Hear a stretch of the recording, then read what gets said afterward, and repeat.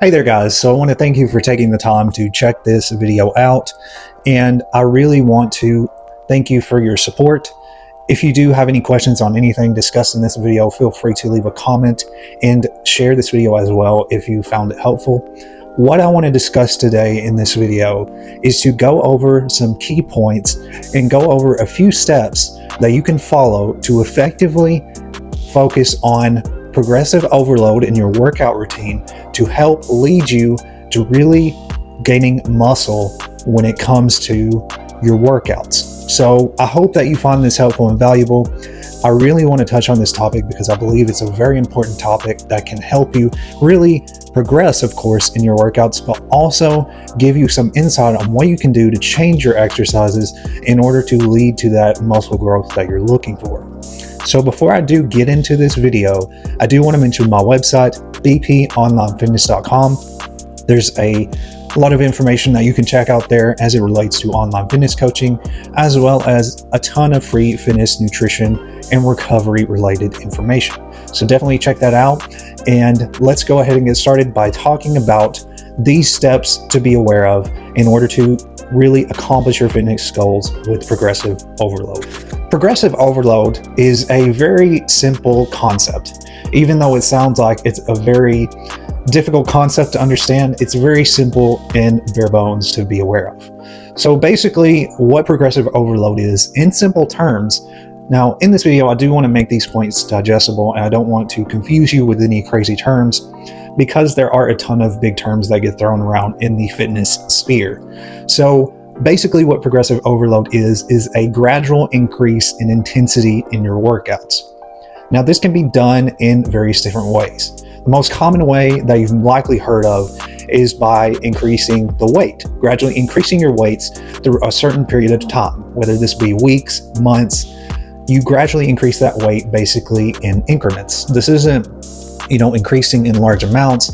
It's basically, for example, if you're doing a barbell workout. A lot of times, if you go to the gym, you'll see 5-pound weights, which are the smaller weights, and then you'll have 2.5-pound weights. These weights, even though they don't seem significant, especially the 2.5, they can make a major difference in really increasing your intensity in your workouts. By just adding a small amount of weight throughout, as you're progressing, it makes a difference in how much stronger you're going to get in your workouts and how much muscle you gain. So keep in mind that that's the main concept here, is that it's a small progression throughout a period of time.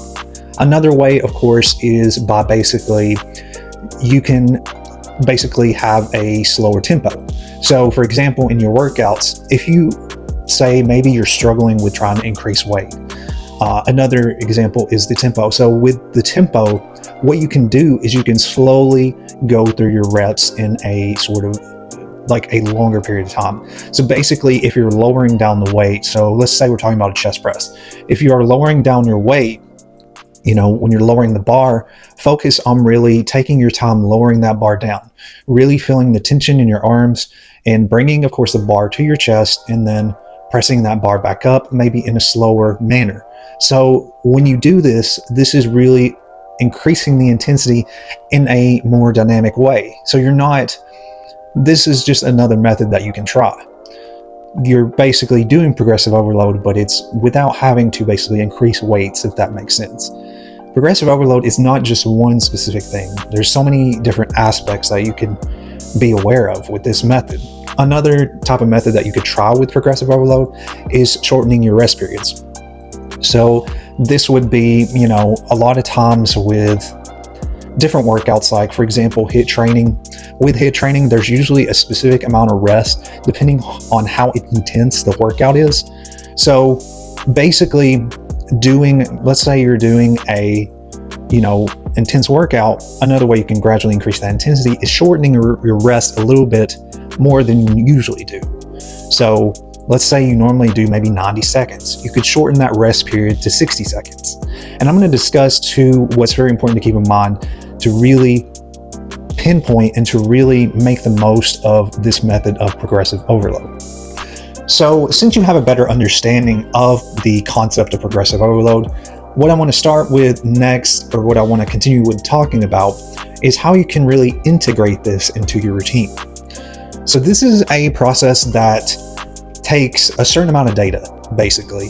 And what I mean by data is numbers. So this means tracking specific parts of your workout. This means tracking your reps, your sets, as well as your rest period and the weights that are being lifted. The reason for this is that you're seeing over a certain period of time. Again, this takes time, so you're not going to be able to progress right away. You need to get a certain amount of data that you can, maybe over a certain period of weeks or months that you can look at and you can see, okay, let's say I did back and biceps this day. I lifted this amount of weight last week. Let's see if I can slightly increase that weight and increase that intensity this week. Now, there may be times where you may be struggling to increase that intensity.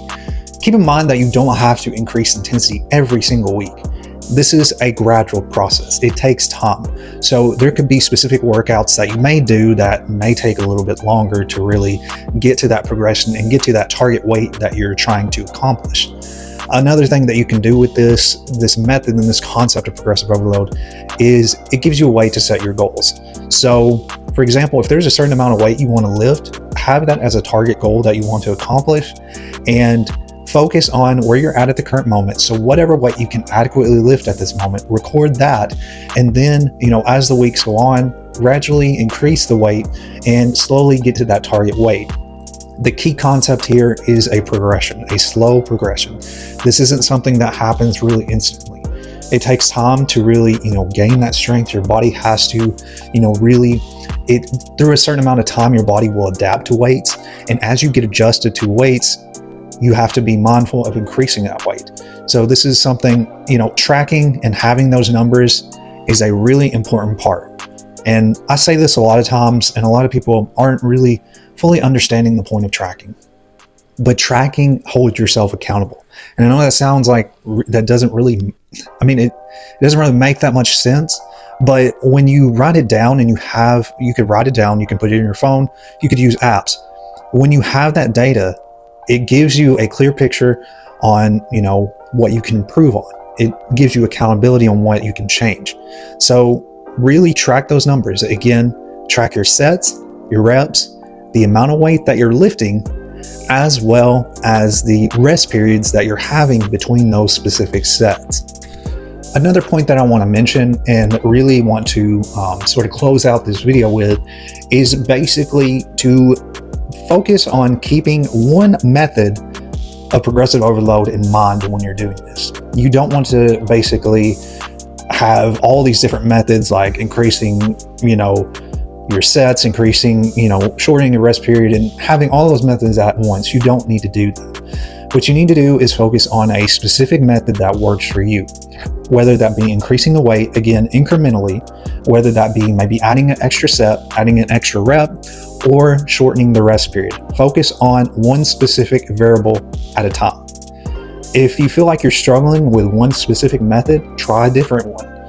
Again, there's many ways that you can really pinpoint what works for you.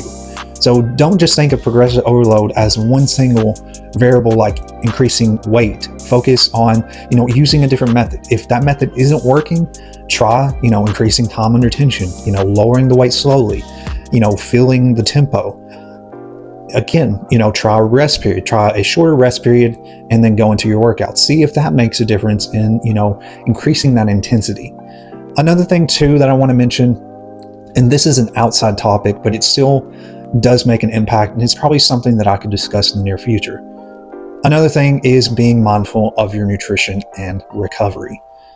Adjusting your nutrition and recovery as you are going through, different changes in intensity makes a difference. And again, I'm not going to go through the full aspect of incorporating nutrition and recovery with progressive overload, but keep in mind it is also important to really make adjustments in that aspect as well in order to help with reaching that goal that you're trying to accomplish.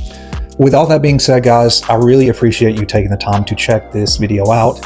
Again, I really enjoy talking about these topics and really giving you insight on what you can do to really maximize your workout routine and make the most of your workouts without feeling like you're having to struggle through a plateau. So if you have any questions about this topic or any other topic, feel free to reach out and let me know. And if you have any feedback that you want to provide, feel free to share that as well. Again, guys, visit my website, bponlinefitness.com. Check out all the information I have as it relates to one-on-one online fitness coaching. And again, guys, I will be working on some new videos. Check out some of my live streams that I've done over the past few weeks, or of course over the past few months, because those are all archived. I do a live stream every Wednesday at 12 p.m. Central Standard Time on my Facebook group. If you're interested in joining that group, feel free to let me know. But thank you guys once again, and I will see you guys in the next video.